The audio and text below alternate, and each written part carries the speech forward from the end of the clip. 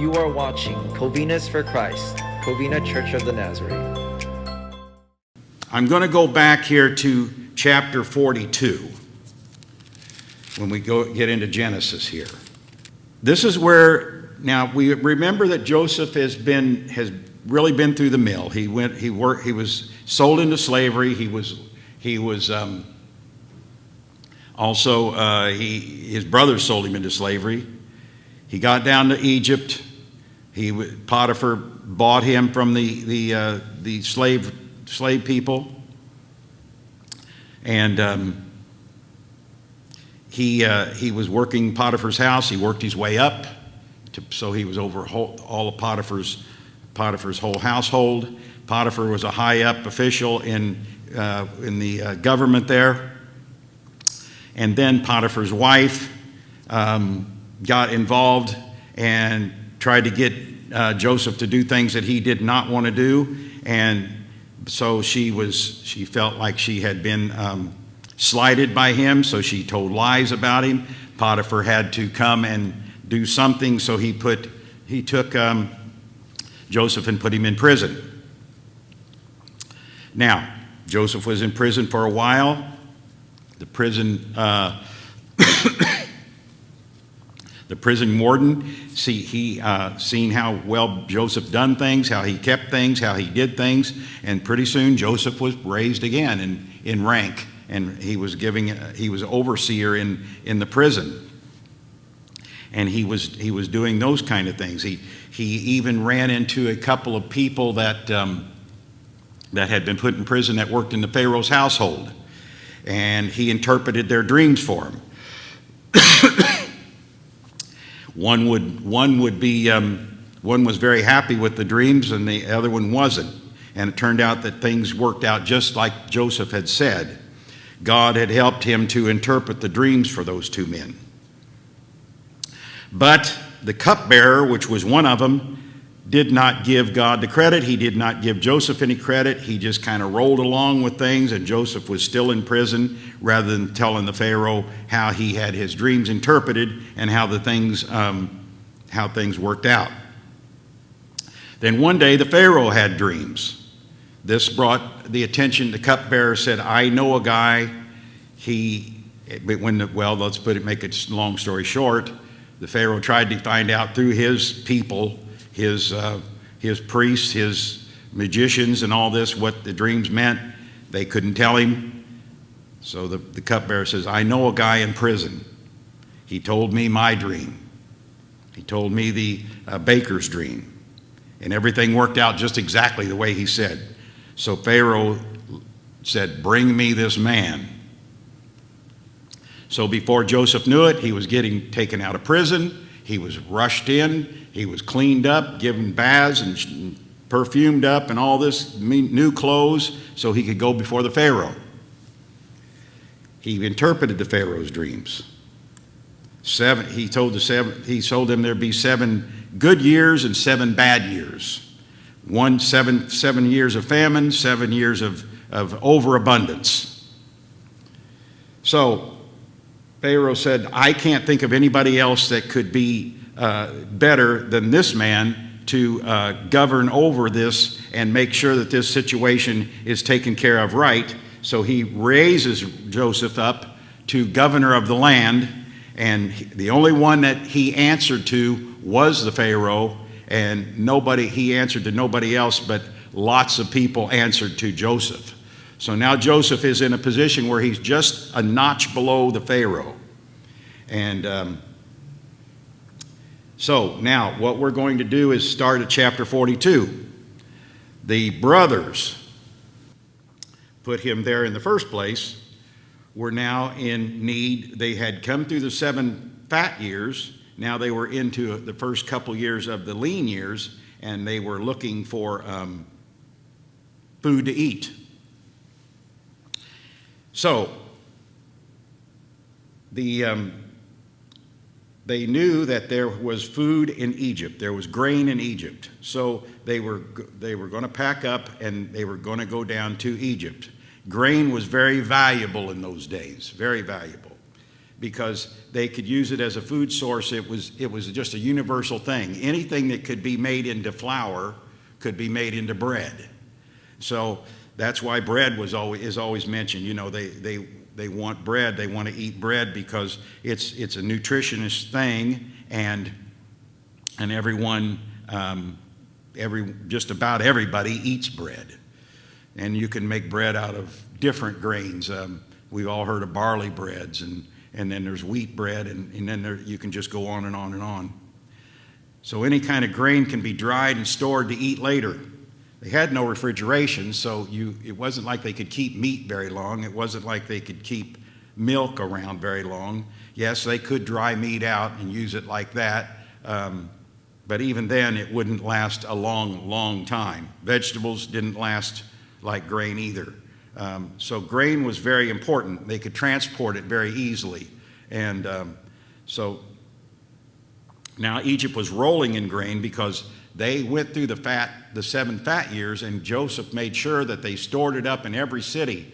And as they did, they had so much grain that they were able to share it with the rest of the known world. And many people would come from all around to get grain in Egypt. Now, when the brothers went down there was 12 brothers altogether, but there's only 10 that went because Joseph held Benjamin back. Benjamin was the younger brother of Joseph, and after the brothers told Jacob / Israel that Joseph had been killed, he was very clinging to Benjamin because Benjamin was the only son of his wife, Rachel, that he, and Rachel he loved very much, but she only had 2 sons, and one of them was Joseph and one of them was Benjamin, and so he was hanging on to Benjamin for all he knew. So this is kind of where they were at. So 10 of them are going down to Egypt to try to buy grain from Joseph. All right, so when they get in front of him, I don't know if they had a line of people that came in and how they came in front of him, but I would just imagine that there was some kind of a line, and he would talk to each one of the individuals, and then he would charge them for the grain. So Joseph recognized these brothers right away. See, they didn't look too much different because Joseph was just a teenager when he was sent away, and he started out down there, and now he's a grown man.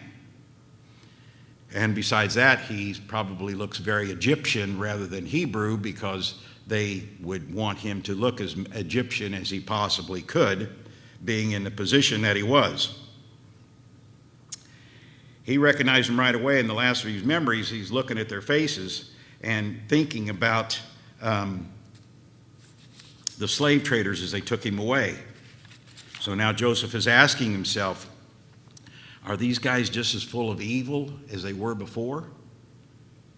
Are they worse? I mean, all these questions would be going through your mind or my mind if we were in his position. And then he thinks, well, maybe they've changed for the better. He can only hope. Where was his beloved brother Benjamin? He's seen the 10, but he didn't see the 1. So Joseph decides he's going to try to find out everything he can with some tests. So he remembers in his dreams now that his brothers have bowed down to him, and these dreams are now coming true.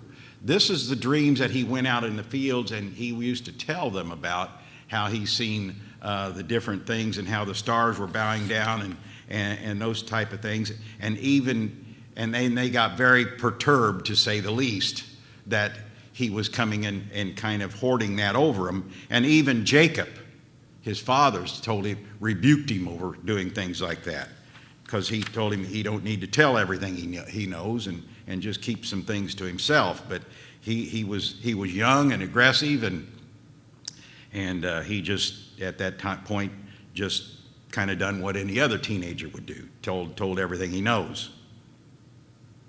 Not that all of them do that, but most of them do. So Joseph decides that he's going to find out everything and going to put him through the test. Joseph remembers his dreams. As a young man, he was boastful, but now being a man of God, he's no longer flaunts himself as superior. He doesn't feel the need to say, "I told you so," which he could have just come out and said, "Hey, look at me now. Look at me now. You guys are coming here to me." And guess what? The dreams are coming true. He could have just flaunted that, but he didn't do that. Right now, Joseph was keeping quiet on all these things. Besides, it was spoil the test. He wants to find out where these guys are coming from. He wants to find out where Benjamin is. He knows there's one that's not with him. And at this time, the brothers had no idea who he was. So this is a good lesson for everyone, I think, because sometimes it's better to remain quiet rather than tell all you know. You can learn a lot more about things by saying nothing at times. You nor I should have anything that we need. You nor I should always have to have the last word about everything. Sometimes it's just better to keep quiet and to listen. And that way you can learn a whole lot more than you can if you're the one doing all the talking. I know it works that way for me. I like to just sit back and listen a lot of times. Joseph wanted to make sure his only full brother was in good shape and he had not been mistreated like he had. He put them into custody for 3 days, as a matter of fact. He even done that. Kind of get him a little taste of what he went through for 3 years. Now, granted, 3 days isn't much, but anytime you're in prison, it can seem like an eternity, I would imagine. Just a few days. Reuben couldn't resist in front of him to tell them that he wanted to tell you, "I told you so, brothers," and he did. He wanted to tell them they were getting the punishment that we really deserve, and I told you guys this was going to happen. He's just one of them "I told you so" guys. He was just ready to jump out and say all that. As a matter of fact, Joseph was still talking through an interpreter. So these guys, his brothers, didn't know that he was understanding everything they were saying because he knew Hebrew too. They're thinking he's just an Egyptian. He only knows Egyptian. That's why he has an interpreter. But this was just another one of his ways of keeping everything quiet, and the fact that they didn't know everything that he knew.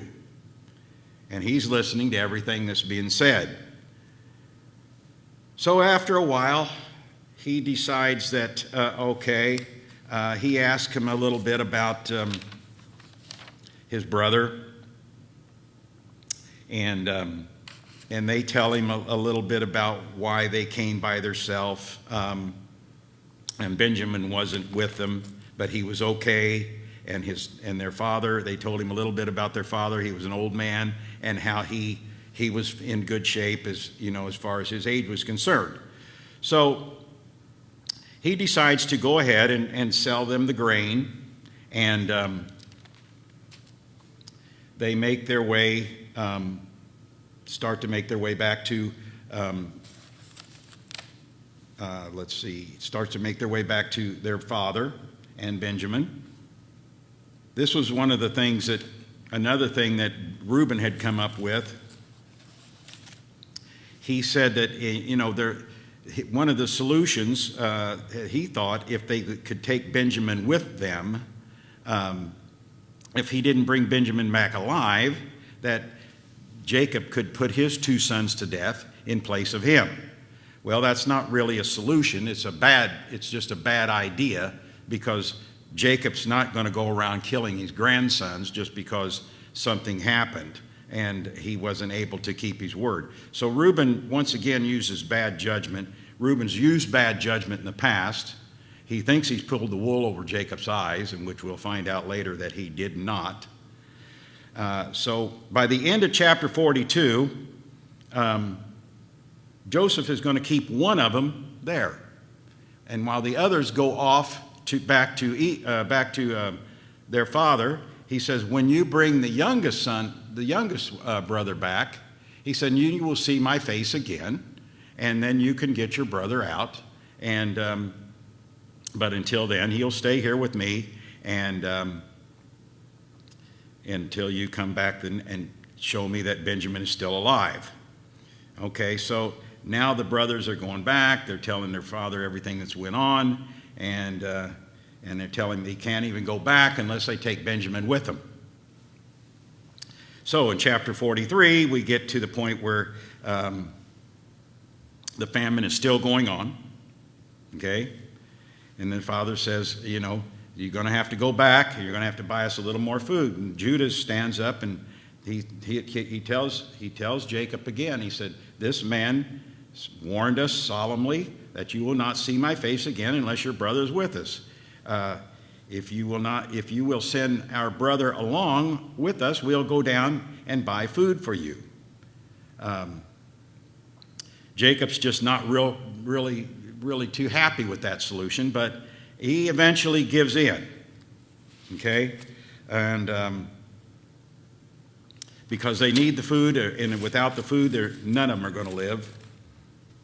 Judah is now starting to step up and take a lead role amongst his brothers.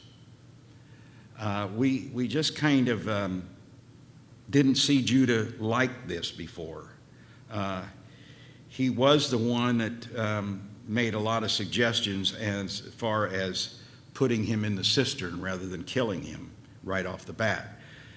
Judah was the fourth son of Jacob's, whose mother was Leah. He takes full responsibility for Benjamin's safety. He didn't know what this might mean, but he told his father that, if he could blame him for the rest of his life if he couldn't bring Benjamin back to him. So Jacob learns that if we don't send Benjamin, they're not going to be able to see the governor, and if they can't see the governor, they can't get food. So Jacob says, okay, well, do this then. Take some gifts to him, some of our balm, some of our honey, some of our spices and myrrh, pistachio nuts and almonds. And these were very highly specialized foods that came from their area. And it would be something that anybody in Egypt would be happy to have, let alone the governor. And they still don't know who the governor is. They still just think he's another man that they have to answer to. Now, they're on their way, they're returning not only with the money that they had been returned with, and that's another thing that happened. When they got home, they found out that their silver was back in their sacks along with their grain, that they did not take the silver out of their sacks, and that they was supposed to be spending that money to buy the initial grain. So when they went back, they took that silver, and they also took additional silver to buy more grain with, because this was Jacob's instructions. He was a man of God and did not want any of his sons to dodge any responsibilities. And as long as he was in charge, that's the way it was going to be. What's this tell us? We should follow Israel's example and guard our integrity. Israel/Jacob. A reputation for honesty is worth far more than money. And when you're a Christian, if you don't have that, you don't have anything. Money is not nearly as important as your honesty and your integrity when you're trying to win people over to God. If you're acting no better than they are, and you're living no better than they are, they can't see what's the difference. Another thing, and I was just going to read this verse too in chapter 43. When they get back to Egypt, and they talk to the steward that's going to take their money, they tell him, we brought the additional silver to buy food, and we don't know who put the silver in our sacks, but it was still there, more or less, kind of condensing this down. He says, it's all right, he said. This is the steward talking. Don't be afraid. Your God, the God of your father, has given you treasures in your sacks. I received your silver. So somehow he got the money for the grain the first time. They're thinking, no, we had the grain silver with us. So somewhere God's intervened, and he said, I received your silver. Then he brought Simeon out to them. Now Simeon was the one they kept there. He was the one that was kept in prison the whole time those guys were gone, and before they got back, he was not going to be released out of prison. So now he's back out. They got their silver. The stewards said, okay, we've already been paid, so all you have to pay is the money that you owe us for the new grain. So Joseph is keeping a brave face in front of these guys. When he sees his brother Benjamin, it's all he can do to keep himself from crying and breaking down right in front of him. But he didn't. He went into a private room and he cried there. He washed his face, he came out controlling himself, and they are all over at his house now eating and having, conversation, and then we're going to move on to chapter 44. So that's kind of bringing us up to date there on that. Now, in chapter 44, we have another problem. A silver cup in the sack. There's going to be a silver cup in one of their sacks. Joseph's silver cup was a symbol of his authority. And I'm going to read a little bit of scripture here so we can kind of get, as we're getting closer to chapter 45.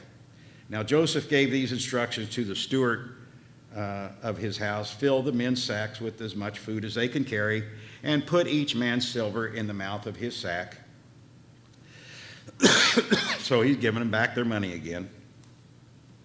Then put my cup, the silver one, in the mouth of the youngest one's sack, along with the silver for his grain. So, and he did as Joseph had said. As morning dawned, the men went on their way with their donkeys, and they had not gone far from the city when Joseph said to his steward, go after those men at once. When you catch up with them, say to them, why have you repaid good for evil? Isn't this the cup my master drinks from and also uses for divinity? This is a wicked thing you have done. See, that cup was a big representation of his authority. The Egyptians kind of give it credit for having supernatural powers. Divination was something they would do with ripples of water in the cup, and they could read them, and well, at least they thought they could, and interpret them in the way they would like to interpret them. And Joseph more than likely just used it to drink from. I mean, he kind of went along with some things, I would imagine, but as far as him knowing the future, he had God on his side, and he knew all the future that he needed to know. So the guys caught up with him, probably riding horses very fast, and coming up on them probably pretty quickly because they're just leading donkeys along that are also loaded down with grain. So it probably didn't take them too long to find them. And they, each of them quickly lowered his sack to the ground. I'll just read this right out of the scripture. Then the stewards proceeded to search, beginning with the oldest and ending with the youngest. And the cup was found in Benjamin's sack. Now all the other brothers had no idea that this cup was going to be found. That Benjamin didn't know this cup was going to be found. He had more or less, when they opened up the sack and there was a cup, he's like, huh? He didn't know what was going on. So anyway, they're distraught, to say the least. At this, they all tore their clothes, and they loaded their donkeys and returned to the city. Now, back in the day, tearing your clothes was an expression of deep sorrow. It was a humbling in front of God. This was a customary thing in a manner of showing grief. Right now, the brothers were terrified. They had no idea what was going to happen to them. Something awful was going to happen, they thought, and maybe something awful was going to happen to Benjamin himself. They had no idea he didn't steal it. They thought, hey, this young guy, he went in there, he seen the cup, he put it in his sack, and here we go, They didn't know whether he stole it or he didn't steal it, but they're aggravated enough and enough that they just rent their clothes, and they was just very upset. Then Joseph makes a very vague statement. When he sees him back, he says, "Don't you know a man like me can find things out with this cup?" He didn't say, "Don't you know I can find things out?" He said, "Don't you know a man like me can find things?" So he was kind of skirting the issue. He didn't really say he used it for that, but he let him know that a lot of the officials would use it for something like that. He wasn't committing to doing any divination, just throwing a statement through, and this was also part of his cover-up. They still have no idea who this man is. All they know is they're ready to cringe in fear because they don't know what's going to happen to their very lives, and they really don't know what's going to happen as far as Benjamin is concerned. This has got them deeply concerned. So, Judah steps forward. "What can we say to my Lord?" Judah replied. What can we say? How can we prove our innocence? God has uncovered your servant's guilt. We are now my Lord's slaves. We ourselves and the one who found to have the cup. But Joseph said, "No, far be it from me to do such a thing. Only the man who was found to have the cup will be my slave. The rest of you go back to your father in peace." I'm reading this right from the scripture. And Judah, he wasn't ready to let go yet. See, he put himself responsible for Benjamin. He's like a bulldog now. Then Judah went up to him and said, "Please, my lord, your servant speaks a word. Let your servant speak a word to my lord. Do not be angry with your servant. Though you are equal to the Pharaoh himself, my lord asked his servants, 'Do you have a father or a brother?' And we answered, 'We have an aged father, and there is a young son born to him in his old age. His brother is dead, and he is the only one of his mother's sons left. And his father loves him.' Then you said to your servants, 'Bring him down to me so I can see him.' And then he said to my lord, 'The boy cannot leave his father. When he leaves him, his father could die. But you told your servants, unless you bring the youngest brother, you will not see my face again. Your servant, my father, said to us, you know that my wife bore me 2 sons. The one of them went away from me, and I said, he's surely been torn to pieces.'" This is what Jacob was told. "I've not seen him since, and if you take this one from me too, the harm comes to him. You will bring my gray head down to the grave in misery. So now then, if the boy is not with us when we go back to your servant, my father, and if my father, whose life is closely bound up with this boy's life, sees that the boy isn't there, he will die. Your servants will bring the gray head of our father down to the grave in sorrow. Your servant guaranteed the boy's safety to my father, and I said, I will bring him back to you. I will bear the blame before you, my father." So Judah's being pretty bold with a man that could do a lot of things. He still didn't know who the governor was. He still had no idea that this was Joseph, this powerful man Judah was stepping up to. Could have had him killed right away and right there and then. He didn't have to listen to that. He didn't have to listen to him being so bold to him. I'm sure hardly anybody, if anybody at all, talked to him like that.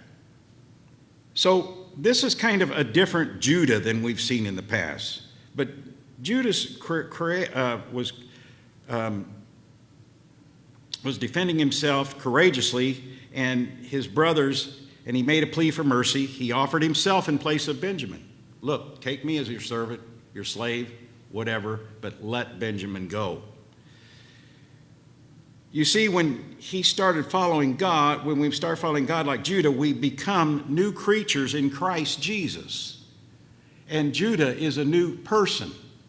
Where did he get this? Let's just take a look real quick, because we're running out of time here again.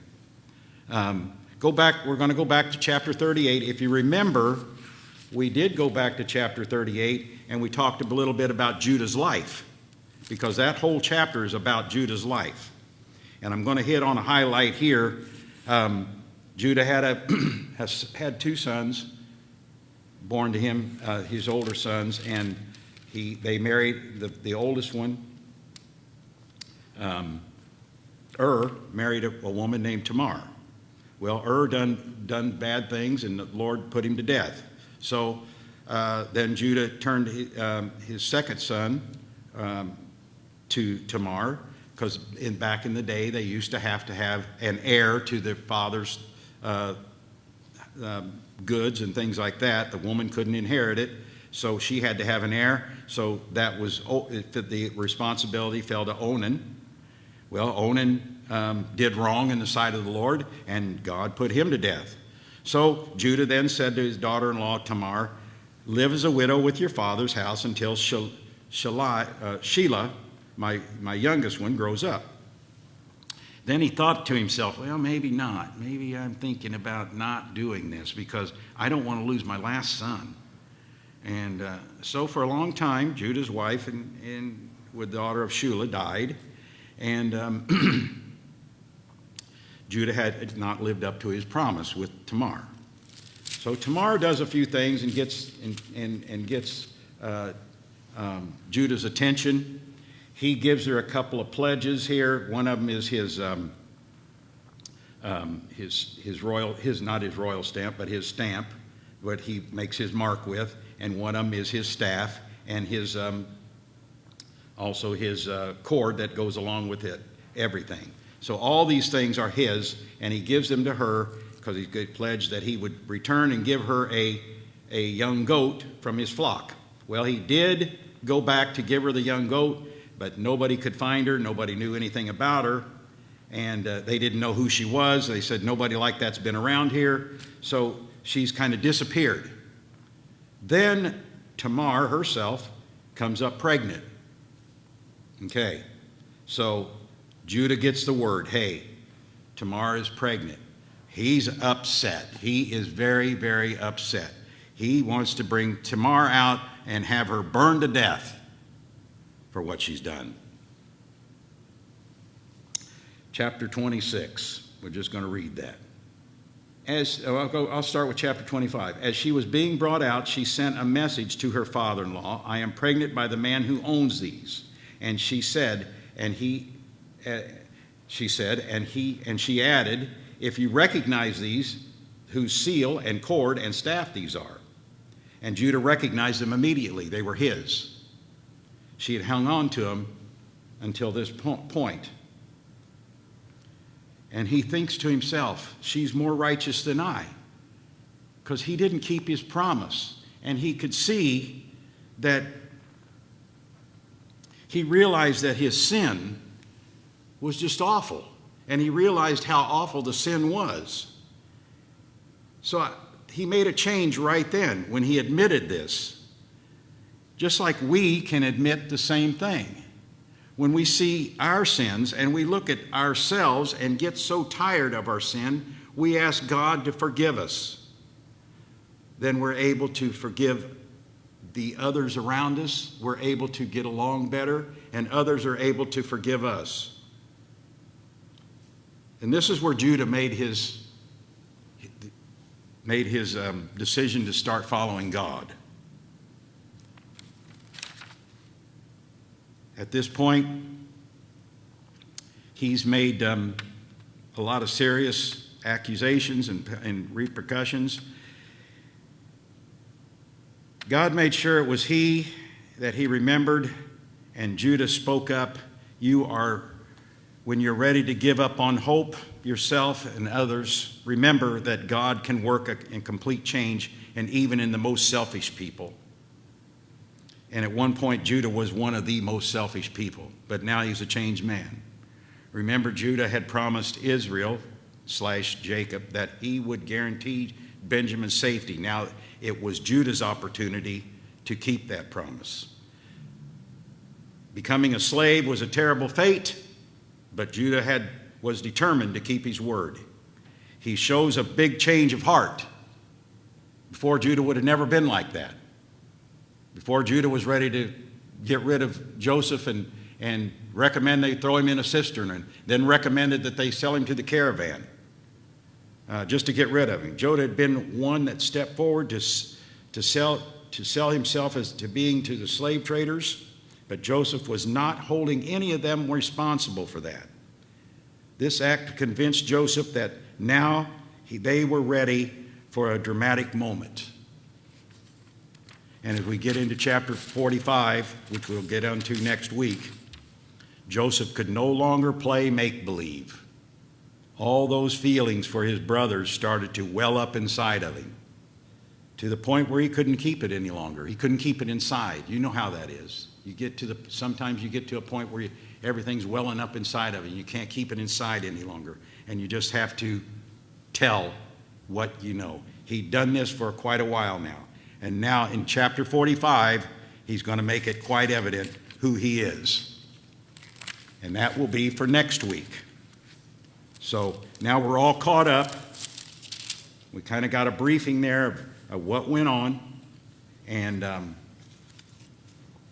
as we get into chapter 45, it's not a long one. We may get into chapter 46 too, because there's a lot of things here that talking about their sons and their daughters and all that type of thing. So we probably won't do all of chapter 46, but we'll do the main parts of it.